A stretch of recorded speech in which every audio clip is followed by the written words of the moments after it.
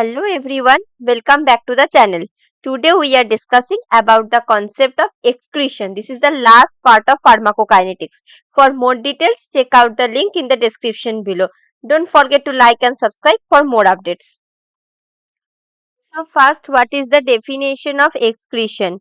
Excretion is defined as the process whereby drugs and or their metabolites are irreversibly transformed from internal to the external environment.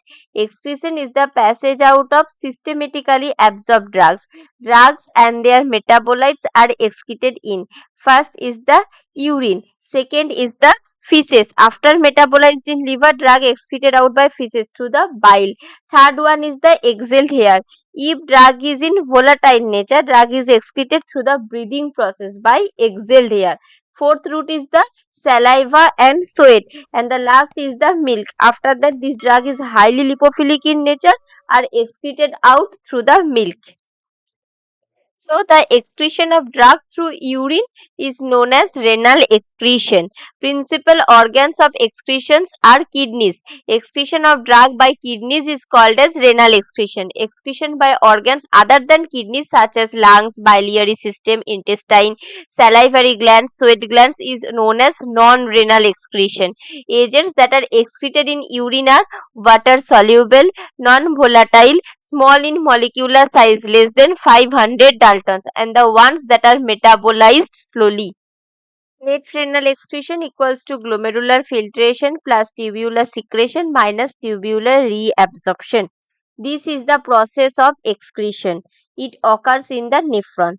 First, anything comes with the blood in the nephron besides the glomerulus.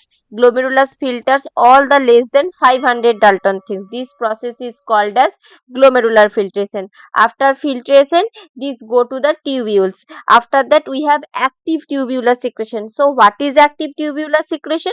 After glomerular filtration, when blood comes back, some acid basic substances are excreted. This is the second process of glomerular filtration. In the third step, necessary endogenous compounds are again reabsorbed. By this process, net renal excretion equals to glomerular filtration plus tubular secretion minus tubular reabsorption. Now let's discuss about glomerular filtration. This is the first step of renal excretion. Glomerular filtration is a non-selective unidirectional process. Glomerular filtration of a drug depends on its plasma protein binding and renal blood flow. If drug is plasma protein binding, the drug size of the drug is greater than 500 Dalton. That's why these drugs are not filtered by glomerular filtration. Glomerular filtration rate normally 120 ml per minute, declines progressively after the age of 50, and it is low in renal failure. Next is tubular reabsorption. This occurs by passive diffusion and depends on lipid solubility and ionization of the drug at the existing urinary pH. Varies between 4.5 to 7.5. Lipid soluble drugs filtered at the glomerulars back diffuse in the tubules because 99% of glomerular filtrate is reabsorbed. Non-lipid solubles and highly ionized drugs unable to do so. Changes in urinary pH affect tubular reabsorption of drugs that are partially ionized. Weak bases ionize more and are less reabsorbed in acidic urine, and weak acids ionize more are less reabsorbed in alkaline urine. Means if your urine is acidic and drug is weak basic, then less absorption. If your drug is weak acid and pH of urine is alkaline, then drug is ionized, means drug is non-lipid soluble, that's why drug is less absorbed. Third step of renal excretion is tubular secretion. This is the active transfer of organic acid and bases. This carrier mediated process which requires energy for transportation of compounds against the concentration gradient. This process is energy dependent process. It works against concentration gradient. So what is concentration gradient? Transfer of any substance from higher concentration to lower concentration.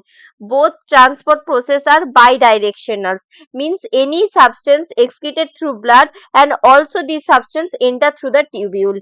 For acidic substance, there is organic acid transport like penicillin, probenecid, uric acid, salicylates. And for basic substances, there is organic basic transport like furosemide, amiloride, triamidine, quinine, cimetidine, etc. Next, we have concept of clearance. By this factor, we can determine how much amount substances are excreted out per unit time. The clearance of a drug is a theoretical volume of plasma from which the drug is completely removed in unit time. It is expressed in milliliter per minute and is a constant for any given plasma drug concentration. Clearance equals to elimination rate by plasma drug concentration equals to Cu into Vu by Cp. Cu means concentration of drug in urine, Cp means concentration of drug in plasma, and Vu means rate at which urine being produced. Next, we have kinetics of elimination. By clearance, we can calculate the kinetics also. So, what is first order kinetics? The rate of elimination is directly proportional to the drug concentration. Constant fraction of drug is eliminated per unit time. Clearance remains constant. This applies to majority of drugs which don't saturate the elimination process like transporters, enzymes, blood flow, etc. over the therapeutic concentration range. Second is the zero order reaction. The rate of elimination remain constant irrespective of drug concentration. A constant amount of the drug is eliminated in unit time. Elimination pathway is saturated. This is the major difference between the zero order reaction and first order reaction. In zero order reaction, this is the constant amount. For first order reaction, this is the constant fraction. Clearance decreases with increase in concentration. A linear curve is obtained. Now the topic is plasma half-life. The plasma half-life is denoted as T-half. Plasma half-life of a drug is the time taken for its plasma concentration to be reduced to half of its original value. One T-half, 50% of drug is eliminated. Second T-half, 75% means 50% from one T-half, and another 50% is divided into 25 and 25. So 75% drug is eliminated. Same way, 3T half, 87.5% drug is eliminated, and the same way 4T half, 93.75% drug is eliminated.